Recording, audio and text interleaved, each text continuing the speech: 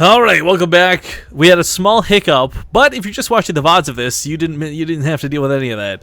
But we are in game number 2, or sorry, pardon me, game number 3 in this best of 5 semifinals, determining qualifier match for the IEM World Championship global final qualifiers. Pardon me.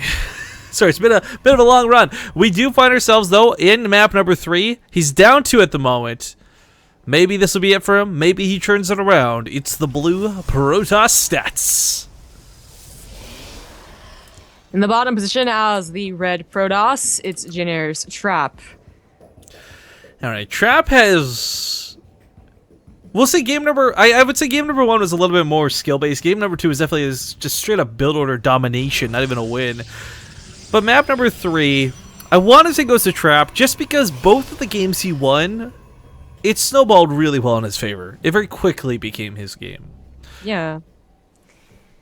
It's a bit of luck as always in PvP, and he's just been getting the better end of everything, so it sometimes happens. I don't know.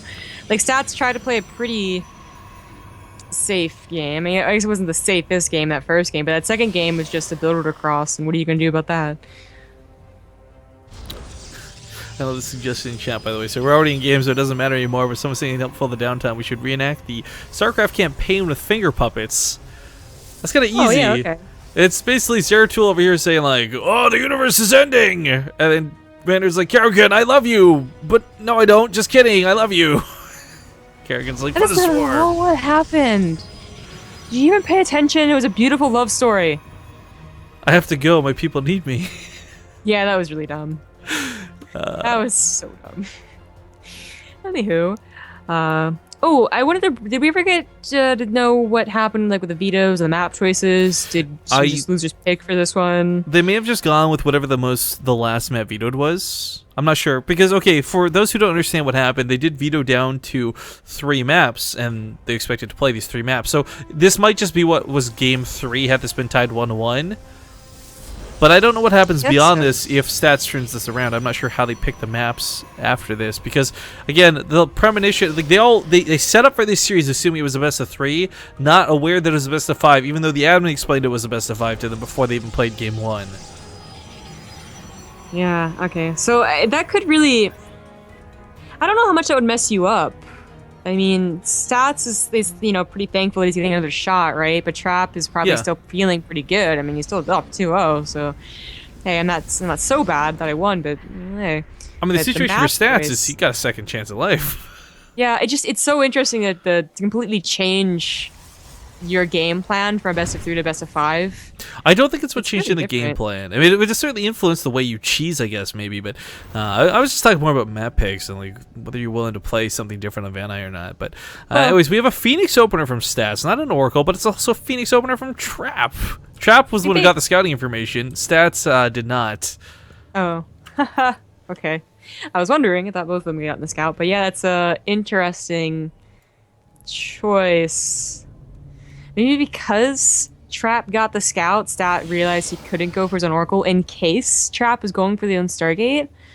It's a kind of a common opener. Stargate, that is.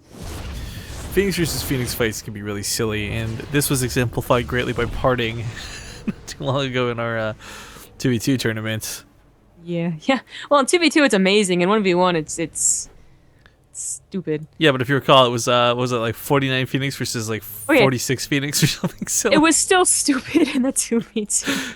It scales down though. It's the same difference. 3 Phoenix versus 2, 49 versus 52. I mean, oh no, I feel like it's so much more different. There's no Zerg helping you. It's just, what perfectly complemented in 2v2 is that Phoenix without support are not that great, but Phoenix with support are obviously really awesome. Oh, this is gonna go so well. If Trap gets on top of this fight, he almost wins the game right here. As silly as that is to say. Phoenixes are they're worse than Muta versus Muta. Like, this is bad. This is super bad. You can't outrun it. He's microwaving the weak ones back. That was so cool. By the way, just the clutch little moves here in this star fight. But, yeah, it's Phoenix versus Phoenix. The thing is they snowball, right? And that's what makes this so crazy. But I don't even, first of all, Phoenix versus Phoenix doesn't happen that often. And second of all, even when it does, it's still a little confusing. I mean, there was a time where it happened a lot in PV Pro League in 2012. But even then, I feel like that was just a lot of... experimenting because they were new to StarCraft 2. Well, it's funny actually you say that because I think 100% of the PvP games like as in the Acer team starting out with In Control were all Phoenix versus Phoenix. Really? I guess I'm controlling skin. Yeah, he does, and it's just weird that that was the case. But man, he's gonna pick off a lot of probes. He could have gone for a Stalker Killer too, but he's just trying to really bully his lead here. So he gets a couple of probes, which isn't really that big of a deal. But on the other side of the map, Trap's got to pop off that Photon Overcharger. He will lose not just the probes for the Mothership Core. He sneaks out an Oracle too. Oh, this is so good. He's gonna pick off the Stalker. He already popped the Overcharge. This game. He's gonna kill the remaining Stalkers. This is so silly. If that Oracle comes in here, oh my god, it's gonna clear that mineral line. I mean, even the Stalkers shooting it are gonna take a long time to kill it. He doesn't even need to kill the Stalkers, he just needs to pick them up, crowd control them so the Oracle's unopposed. There is another Photon Overcharge though, so you would have to dive for the Mothership Core if you want to guarantee that that didn't happen. But here comes that Phoenix, or the Oracle, I mean. It was driven off, but that's it for your Photon Overcharges, and you are down to just Stalkers to defend against this. He doesn't have Blink. He does have a Twilight Council, but hasn't started it yet. And that's what really makes you feel, well, more at ease, at least, against the Phoenixes. We do have Trap also transitioning, though. I guess staying on Phoenixes forever isn't actually that good of a game plan. But he did get a pretty good lead from winning the air war anyways, and they will be useful later on in the coming battles. You know, maybe not when it's Colossus Pew Pew lasers, but when it's like Immortals, 1 or 2 Colossus, they'll still be effective. Well, I mean, the other thing to consider too is just the crowd control aspect. 7 Phoenixes in play. Let's assume for now that they both go equivalent Stalkers and equivalent Immortals. Well, guess what? Trap comes in and he lifts up 7 of your Stalkers, 2 of your Immortals. You know, he just removes so much from the fight. Exactly. It's going to be a huge deal if it ever gets to that point, but Stats is just going, well, not up to his own Robo, but is dedicating to that Blink, which he does need. He needs to be able to take down at least a couple of these Phoenixes one at a time. But while he's doing that, Trap is getting ahead of the race. Though. He lost the 2 Phoenix on the other side of the map. There's no Photon Overcharge. There are 3 Stalkers, and that Oracle's already low, so... Nice revelation last second. Okay. Still, let's the Phoenix get in here and pick up a couple more probes. I mean, 10 workers is a pretty big deal. You don't want to be dumping Chronos into your Nexus. You want to be putting that into your Blink. You want to be putting that into your +1. Meanwhile, Trap's got Immortals out. Again, that crowd control element is something that can't be ignored. And I think, unless Stas can pull something out of his ass, this is probably going to be a 3-0. Kind of a secret base going down here. It's really hard to get a secret base on Van Eye.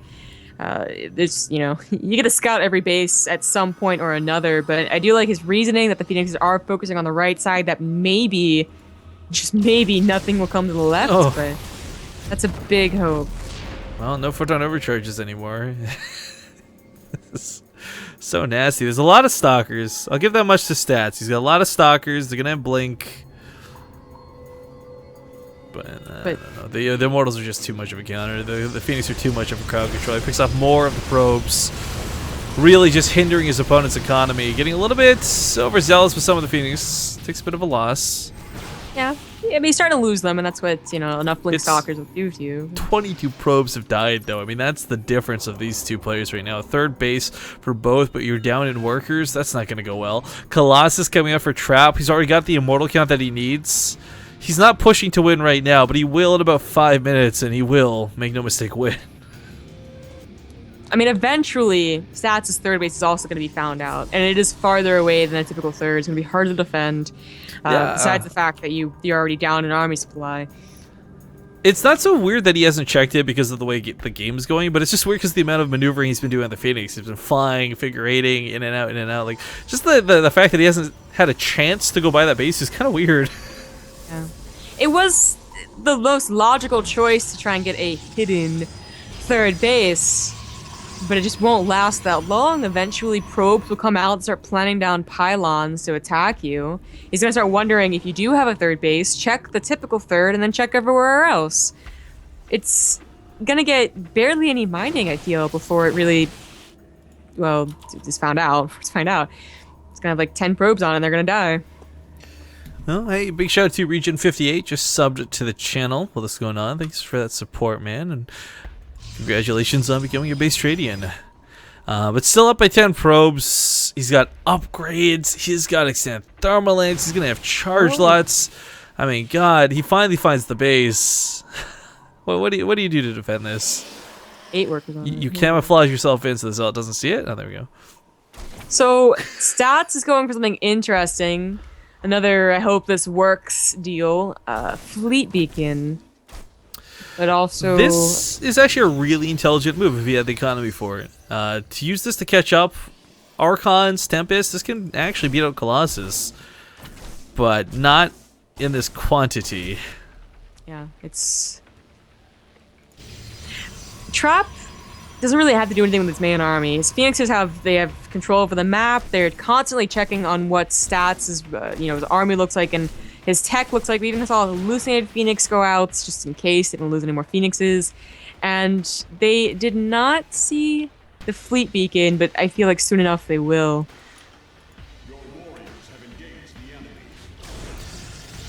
Oh man. Well, Zealot. I've never really seen one Zealot kill a Nexus in a PvP with high levels of players and Koreans, but yeah, it's happening. Your stats. If this was an army that was solely built on Colossus, I would say this is such a good position for him. Lots of charge lots, a couple of Archons, maybe you mix in some of those Tempests as well, but Trap's not. He's got his own charge lots. He's going to have upgrades. He's going to have Archons. Actually, sorry, I thought Stats had charge. He doesn't, so these Zealots are kind of garbage. Just starts charge now. Oh, that third base is gonna die. He takes the typical third base, and I wonder would he been able to just, like, I don't know. He's not gonna be able to save either third base, so it doesn't matter. He's gonna have to cancel this, doesn't cancel. I kind of like the Templar for possible feedbacks on the Phoenix. That's actually kind of a cool move, leaving them like that, but I think Archons would probably benefit him a little bit better. Feedbacks the Phoenix immediately, so never mind. He takes those out of the fight, but here we go with the engagement, and problem is, yes, he will probably kill the Colossus, but the Colossus is going to do a lot of damage before they go down. Stalker's blinking back, and the Zealots get completely wiped. The Archon does absolutely nothing at all, and those Tempests will take a hell of a long time to kill the Zealots and the Immortals, much less anything else in this army. So with 93 army supply over 34, level 2 upgrades over level 1, and charge over no charge, Trap looks like he has locked this down, and Stats is going to tap out. GG. Trap will take the series 3-0, and this time he'll qualify. This time he'll make it through, and he will be one of the